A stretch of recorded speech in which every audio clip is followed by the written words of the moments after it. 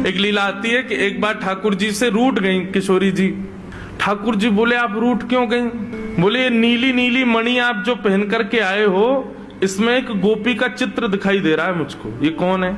हमसे हूँ रूप गुण सुंदर, ये तो हमसे भी ज्यादा सुंदर है। इसके नेत्र तो देखो कितने प्यारे नेत्र हैं इसके। ठाकुर जी की मणि देख करके श्री जी कह रही हैं, इसकी मुस्कान तो देखो, पता नहीं कहां से तुम्हारे चक्कर में पड़ गई काले कलूटे, ये देखो कितनी प्यारी है।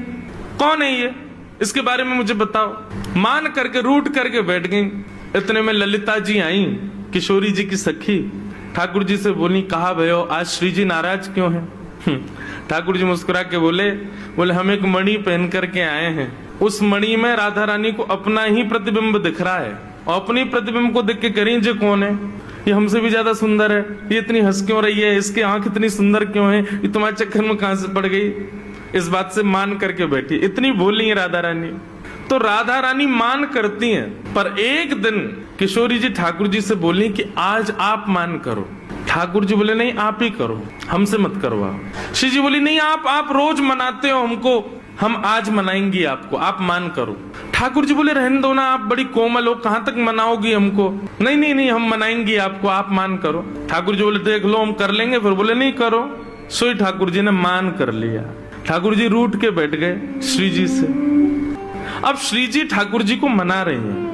कभी ठाकुर जी की मनपसंद वस्तु बना के लावे, कभी ठाकुर जी का मनपसंद राग गा के सुनावे, कभी ठाकुर जी को नृत्य करके दिखावे, कभी ठाकुर जी के सामने उनका मनपसंद श्रृंगार करके आवे। सब प्रकार से श्री जी ने मनाने का प्रयास किया, लेकिन ठाकुर जी नहीं माने। और मान लीला का ये नियम है कि सूर्यास्त तक मना सको तो मना लो, सूर्यास्त के बाद मान खत्म हो जाएगा। यदि मान में मना लिया तो मनाने वाला जीत जाएगा, और यदि मान सूर्यास्त तक नहीं मना पाए तो इसने मान किया वो जीत जाएगा।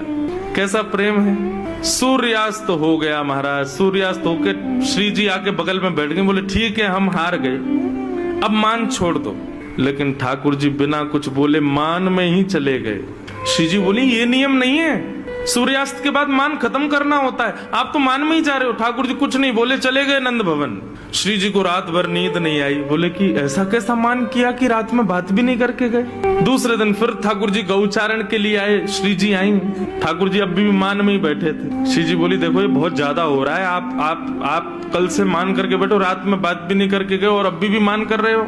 फिर श्री जी मनाने लगी, ठाकुर जी फिर नहीं माने, और रात में फिर बिना बात किए चले गए। 2 दिन हो गए, अब तो श्री जी से सहन नहीं हुआ। इतनी व्याकुल हो गई श्री जी। कल तीसरा दिन है, कल अंतिम प्रयास करूंगी, यदि नहीं माने तो मैं यमुना जी में जल समाधि ले लूंगी। और तीसरे दिन श्री जी मना